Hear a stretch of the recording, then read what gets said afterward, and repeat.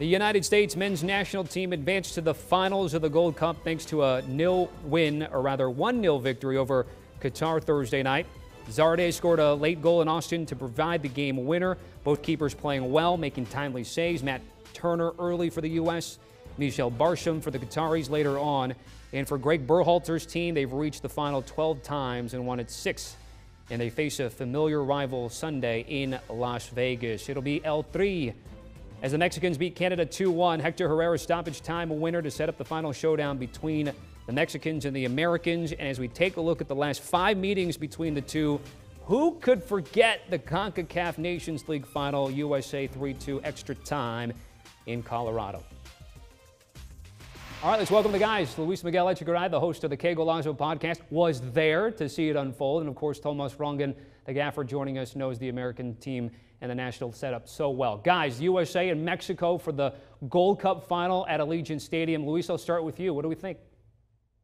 Well, I mean, listen, from one angle, from the CONCACAF angle, Tommy, I think this is exactly what everybody wanted. Once again, Mexico, El Tri, faced the United States men's national team, arguably one of the best international rivalries out there in the game. And listen, I think we have to take a few things in perspective. First of all, we have to remember that due to, the summer and how the calendar has been planned out, this is Greg Berhalter's B/C team. This is not a team with, Giovanni Reina and Christian Pulisic, etc. This is a team very much of a rotated squad and really an example of trying to see what Berhalter's going to do as he looks ahead to arguably the most important thing, which is World Cup qualification. So making it to another final, I think, is yet another great achievement by Greg Berhalter, who's still, trying to fine-tune exactly what he wants as he looks ahead to World Cup qualifiers. From Mexico's standpoint, Mexico also have to rotate the squad because of Olympic responsibilities, and Tata Martino, suffered through a very tough and very controversial game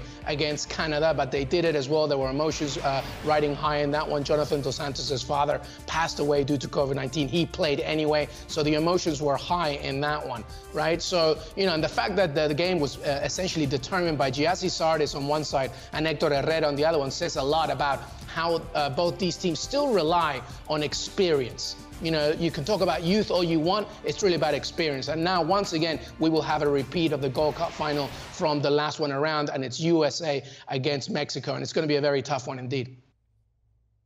Yeah, absolutely right.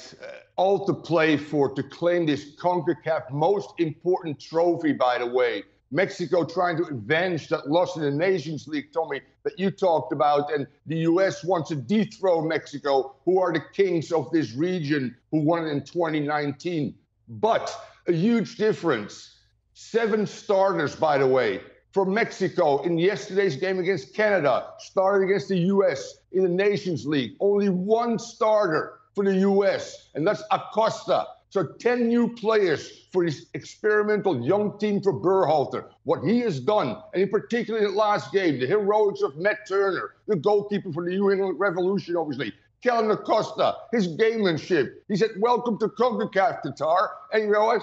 Thanks for coming. You're going home. And again, the substitutions are making a difference for Greg Berhalter. I'm wearing the number 9 right here because Zardes, the trusted soldier of Berhalter, who played for him at Columbus, and most people say he doesn't deserve to be there, scores the winner in order to set up this big-time final again in Las Vegas. So those are the storylines. Quickly, gentlemen, prediction time. TR, give you first word. Who you think wins and why?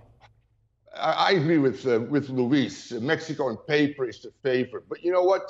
This young team has shown resilience. By the way, 13 consecutive wins on home soil, which is the second best in history for the U.S. And then obviously the last 5 games, Tommy, they've won 1-0. And they conceded only 1 goal right here. Matt Turner, Robinson, Sands, Shaq Moore. They've been absolutely brilliant for this team. I expect a tight game, and I'm taking the U.S. in penalties.